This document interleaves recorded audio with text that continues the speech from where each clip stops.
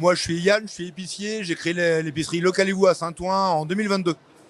Quelle est l'évolution de l'épicerie depuis 2022? L'évolution, elle progresse. Les gens ont un vrai appétit pour manger local. Et donc moi, l'objectif de la création de cette épicerie, c'était de proposer déjà, je travaille en direct avec 70 producteurs et je source tous mes producteurs à moins de 100 km de Saint-Ouen. Donc j'ai vraiment un périmètre qui correspond à la région Île-de-France en termes de produits. Donc il va y avoir des produits surtout franciliens. Uniquement francilien, ouais, tout à fait. Et le but, c'était de créer une épicerie généraliste. Donc on trouve un peu de tout. On va trouver du fruit et légumes, de la crèmerie, de la charcuterie, mais de l'épicerie sucrée, de l'épicerie salée, les produits de Vincent, de la distillerie de l'Alambic parisien. Voilà, il y a vraiment tout ce qu'on peut trouver en généraliste, mais en produits artisanaux et locaux. Finalement, en Île-de-France, on retrouve toutes sortes de produits. Presque tout. Allez, on n'a pas d'huile d'olive encore. Mais ouais, on a énormément de variétés.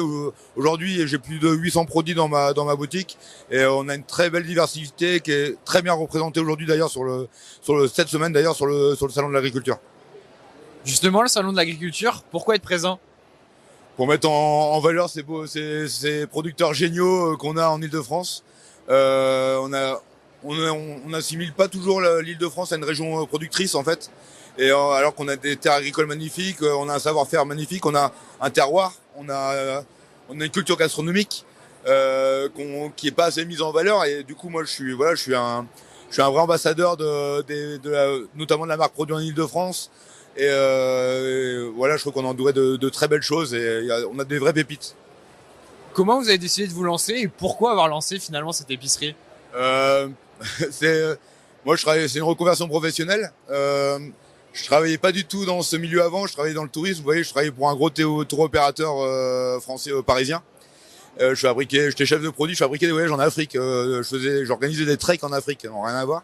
Et j'ai eu un peu aussi ce sentiment de vouloir aussi travailler sur une économie beaucoup plus locale, de faire attention surtout à la compensation carbone, enfin en tout cas une dépense carbone. Et j'avais envie d'avoir mon affaire aussi personnelle. Et du coup, j'ai de la belle famille aussi qui travaille dans l'épicerie. Et pendant l'année Covid, du coup, le projet a mûri. Et d'avoir travaillé en supermarché avec ma belle famille pendant presque un an, je me suis dit, mais ce supermarché, en fait, ou cette épicerie, on peut la créer avec que des produits locaux, parce que j'avais profité pour découvrir l'Île-de-France aussi, avec des découvertes magnifiques. Je me dis, mais je suis sûr qu'on peut recréer une épicerie avec que des produits d'Île-de-France. C'est comme ça que le projet est né, quoi.